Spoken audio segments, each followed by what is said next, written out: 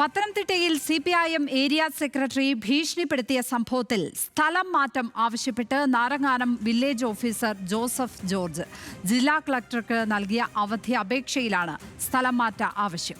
നികുതി കുടിശ്ശിക അടയ്ക്കാൻ ആവശ്യപ്പെട്ടതിനായിരുന്നു CPM area secretary Sanju village ഓഫീസറെ ഭീഷണിപ്പെടുത്തിയത്. വിവരങ്ങളുമായി ശ്രീരാജ് ബാബു ചേരുന്നു പത്തനംതിട്ടയിൽ നിന്ന്. ശ്രീരാജ്, പത്തനംതിട്ട CPMൽ നിന്നും അത്ര നല്ലതല്ലാത്ത വാർത്തകളാണല്ലോ അതിനെക്കുറിച്ച് വരുന്നത്. ഏതായാലും ഈ ഉദ്യോഗസ്ഥൻ ഇപ്പോൾ അവധി അപേക്ഷ നൽകിയിരിക്കുന്നത് ഈ ഭീഷണി കാര്യം ഉയർത്തിയാണോ? എന്താണ് ലഭിക്കുന്ന വിവരങ്ങൾ?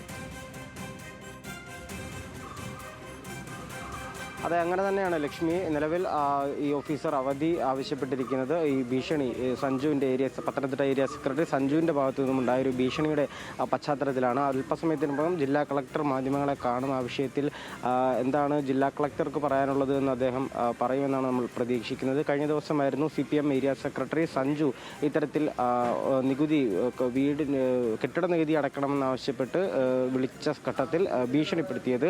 അതായത് ഓഫീസിൽ കയറി വെട്ടുമെന്ന തരത്തിലായിരുന്നു സഞ്ജുവിൻ്റെ ഭാഗത്തു നിന്നും ഒരു പ്രതികരണം ഉണ്ടായത്. 2022 കുടിശ്ശികയാണ്, അത് അടയ്ക്കണം, നീട്ടിക്കൊണ്ടുപോകാൻ കഴിയില്ല എന്ന് പറഞ്ഞുകൊണ്ട് നാരങ്ങാനം വില്ലേജ് ഓഫീസർ സഞ്ജുവിനെ വിളിച്ചത്. ആ ഘട്ടത്തിൽ സഞ്ജുവിൻ്റെ ഭാഗത്തു നിന്നുണ്ടായ വിശദീകരണം വില്ലേജ് ഓഫീസർ പ്രകോപനപരമായ രീതിയിൽ സംസാരിക്കുകയായിരുന്നു.